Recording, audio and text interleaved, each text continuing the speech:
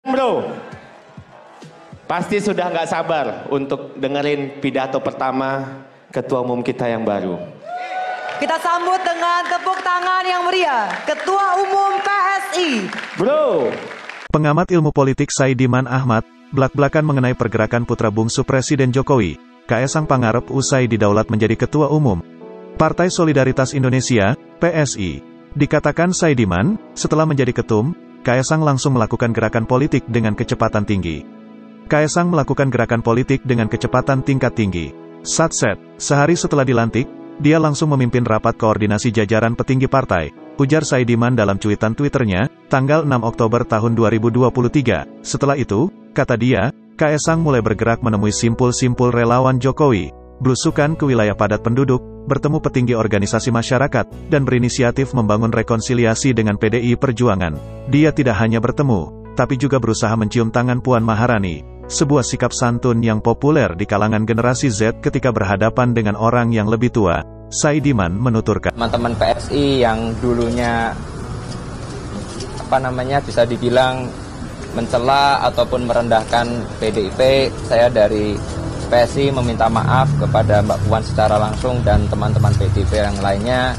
Tambahnya, Kaesang mencoba memperluas gerakan aliansi di luar partai.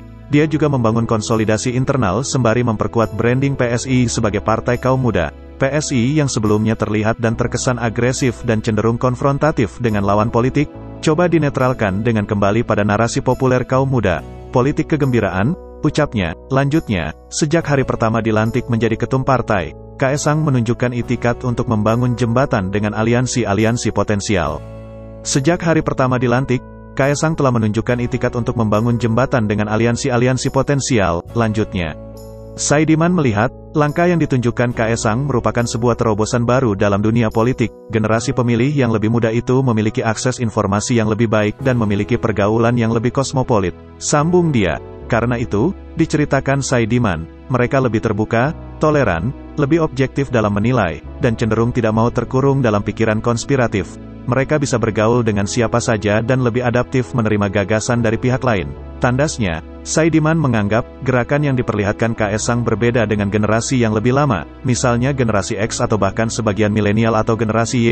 Cara berpikir generasi senior itu cenderung lebih suka menyimpan rasa curiga atau berusaha mencari penjelasan spekulatif di balik realitas yang terpampang nyata di hadapan mata. Imbuhnya, mereka cenderung lebih mudah terpapar narasi konspiratif dibanding generasi Z, katanya. Saidiman melanjutkan, kemungkinan salah satu penjelasannya karena mereka pernah hidup dalam rezim Orde Baru yang tertutup dan kental dengan narasi konspirasi. Orde Baru sendiri adalah rezim yang dibangun di atas fondasi teori konspirasi besar. Sementara Gen Z, sepanjang hidupnya, sudah menghirup udara kebebasan informasi yang nyaris tak terbatas, sebutnya. Karena itu, lanjut Saidiman, tidak heran kalau kalangan Gen Z lebih mudah mengapresiasi keberhasilan pembangunan pemerintahan Jokowi yang memang terpampang nyata di depan mata. Dia menarik contoh, dalam survei Indikator Politik Indonesia, Juli tahun 2023, pemilih yang berusia 25 tahun ke bawah memiliki tingkat kepuasan pada kinerja pemerintah lebih kuat dibanding generasi yang lebih senior. Peningkatan kesejahteraan publik, pengelolaan kesehatan dan pendidikan yang lebih baik, pembangunan infrastruktur masif yang mempermudah mobilitas, pembukaan lapangan kerja dan peningkatan kemudahan berusaha, dan lain-lain. Mendapatkan apresiasi langsung Gen Z tanpa tedeng aling-aling, mereka meminimalisir prasangka yang tak berdasar. Itu juga yang menyebabkan aspirasi politik kelompok pemilih termuda ini cenderung mencari tokoh yang dekat dengan karakter kepemimpinan Jokowi atau yang kemungkinan mampu melanjutkan kesuksesan pemerintahan sekarang.